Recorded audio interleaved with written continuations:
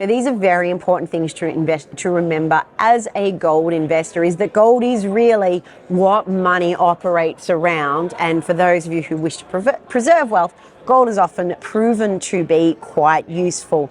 But one of the things that he did touch on is that even though interest rates are moving higher, he said we've got to look back at previous periods where gold has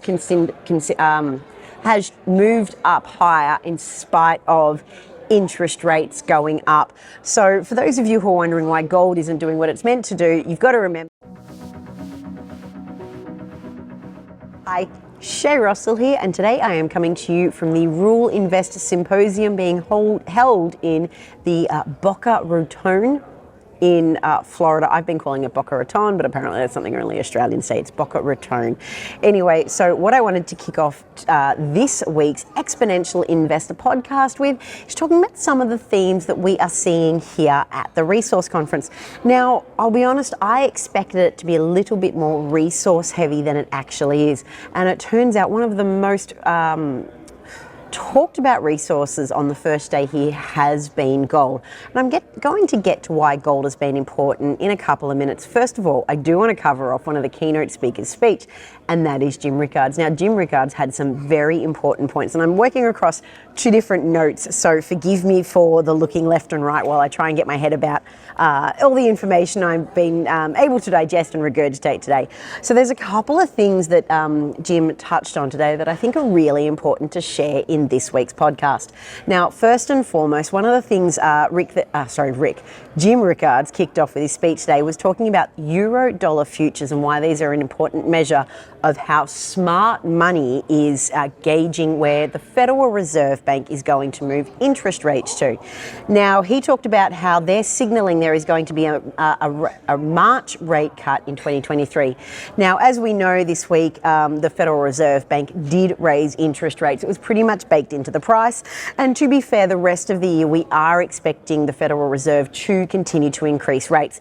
Now, there was a counter view to Rickards' claim. A gentleman by the name of Brian London, who writes the original Goals newsletter, and I'll get to why that's important in a bit, actually believes that the Fed is going to start cutting rates as of the Northern Hemisphere fall this year. Jim disagrees. Jim believes that the euro-dollar futures is signalling a rate cut in March 2023. So that will be interesting to see. But there's a couple of other points that he tacked onto his presentation that I think are worth exploring. First and foremost, he talks about how there's early signs of a liquidity crisis. Now, he didn't delve into that too much, but he did put it out there that the signs of a liquidity crisis are matching up to things that we saw back in 1999 and in 2008. Now, he didn't go as far as to say that there was a liquidity crisis. I'm not doing well with the words today. He didn't go as far to say that there was a liquidity crisis on our doorstep, but that we are seeing one form.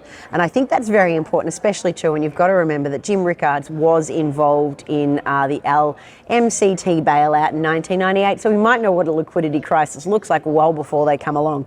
I thought one of his very funny anecdotes, completely jumping, there's no linear link here, I might just point this out, is he was promoting his latest book. It's called Sold Out, and it's due in November later this year. But what he talks about how is there's a cardboard shortage, and there is not enough cardboard around right now to pack these books in. And I think it's a bit of a salient point too, when there is currently a global chickpea shortage, and we might be on the precipice of a global aluminum or aluminium, it just depends which part of the Northern Hemisphere you're in is how you say that, shortage looming as well. So the fact that we've got no cardboard, no aluminum, and no chickpeas at the moment does tell us that supply chains are strained. And that went a long way to Jim's point, is that the supply chains that we're seeing at the moment, the pressure that they're under, they're not done. So, we've got to remember that, and I've written about this before throughout various episodes of Exponential Investor, is that it has taken 50, 60, 70, 80 years, depending on what part of the supply chain you're in, for supply chains to develop. And because of the COVID pandemic and how we reacted, we've basically tried to undo that in a very short amount of time. To this point, I think it's very important that we sit on this one. He talked about the building of a semiconductor plant that's happening out in Texas. Now, I don't actually know a lot about this, I'll be quite honest, so I'm talking off the cuff here right now.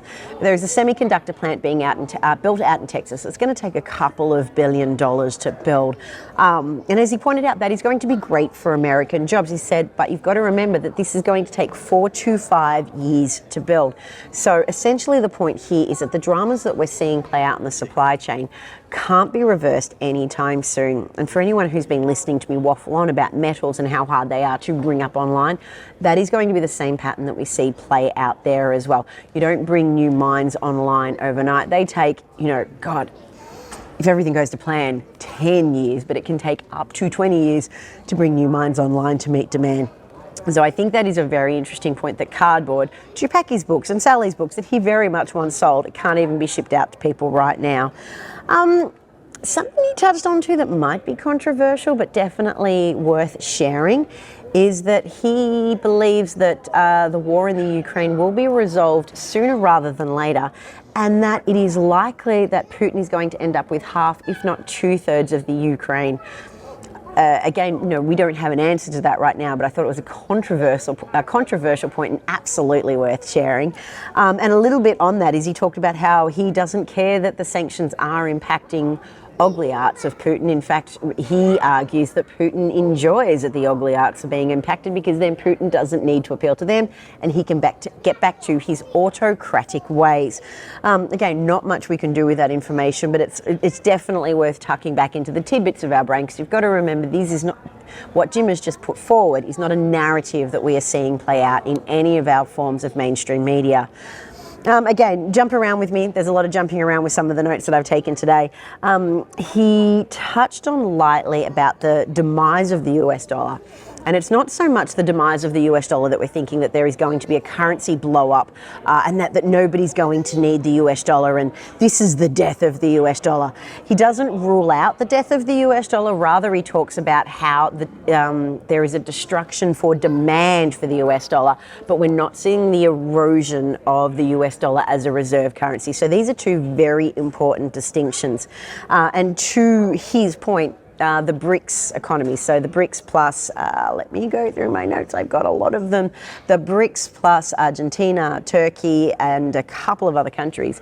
He suggests that there is some sort of cohesion or some sort of agreement where they are actively working towards a commodity-based currency where they don't need to settle in US dollars, but they can either settle in a currency that they've come up with that will derive their value of commodities, or that there is some sort of internal arrangement that they're working on.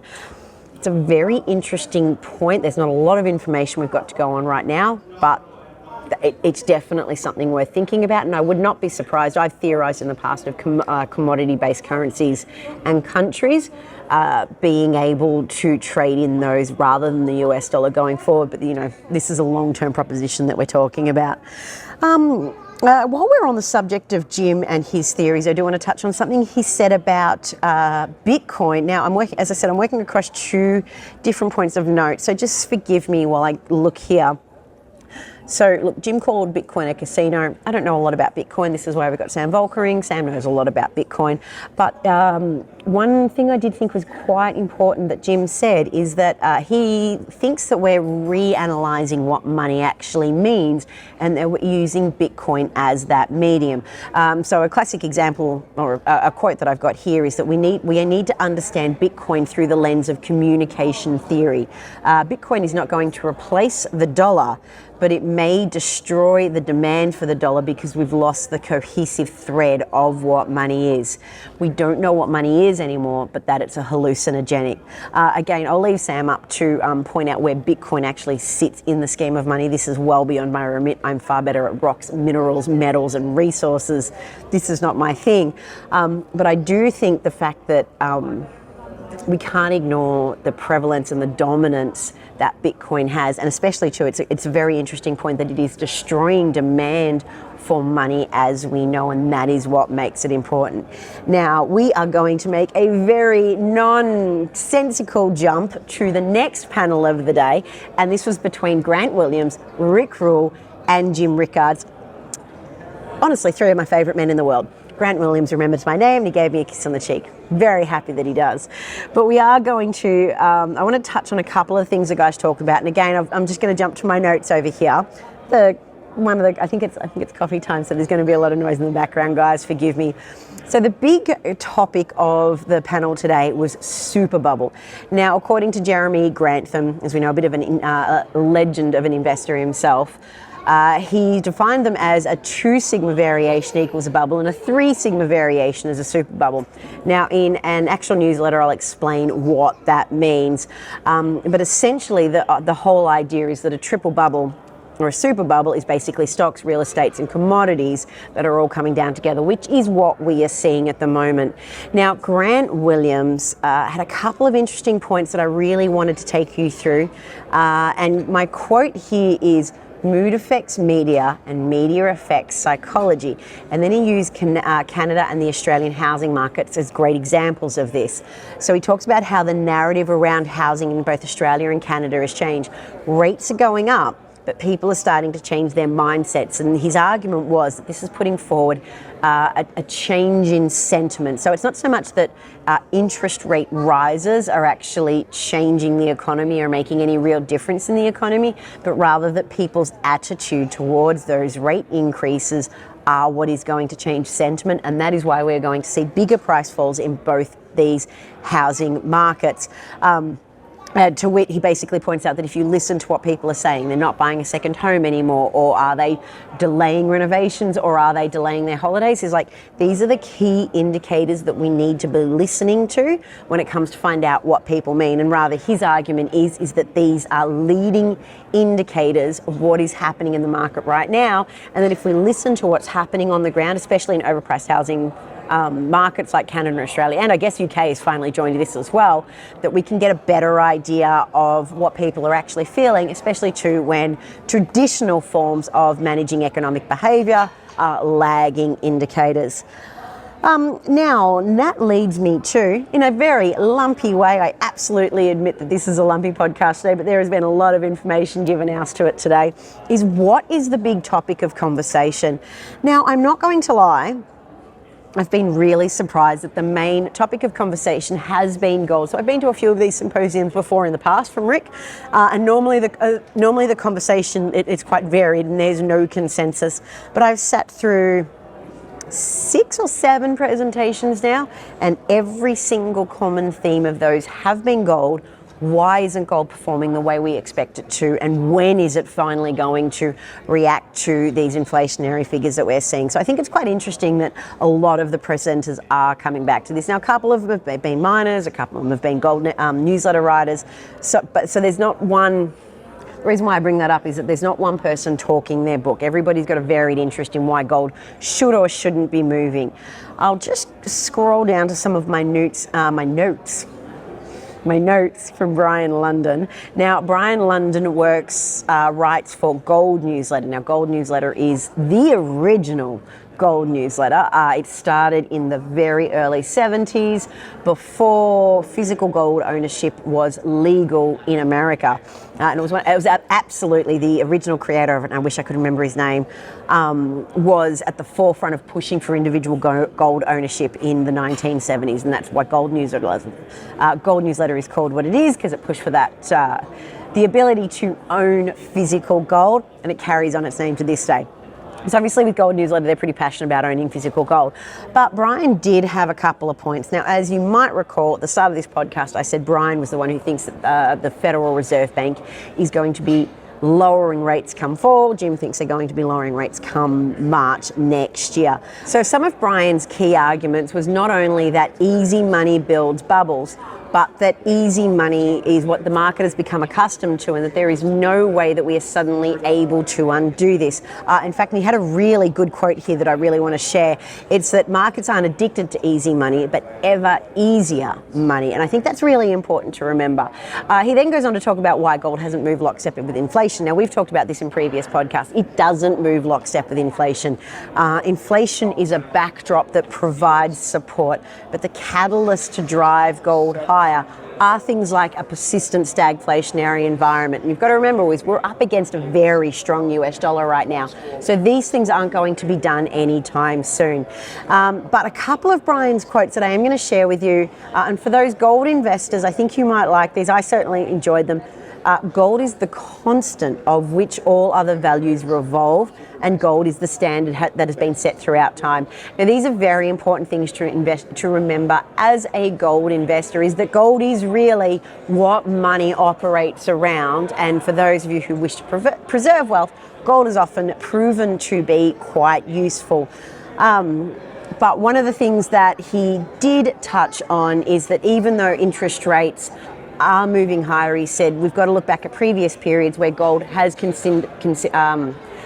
moved up higher in spite of interest rates going up. So for those of you who are wondering why gold isn't doing what it's meant to do, you've got to remember is that we're in an environment that provides support to the gold price, but the gold is up against an incredibly strong US dollar right now, and that dollar is being bolstered by a Federal Reserve Bank continually raising rates and showing no signs of stopping regardless of what we're hypothesizing today, but also to other major currencies like the Japanese yen and the euro are persistently weak. And the reason why they are weak is because their central banks aren't driving rates higher, which is spooking the economy and causing sort of a flood of money to rush into a safe haven asset or a perceived safe haven asset like the US dollar, which is why that is putting pressure on gold.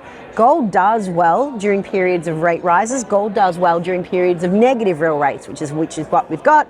Negative real rates, for people who are new to the show, is pretty much just the inflation rate minus the real rate. But you've got to remember, when the US dollar is strong, that is going to provide a headwind for gold.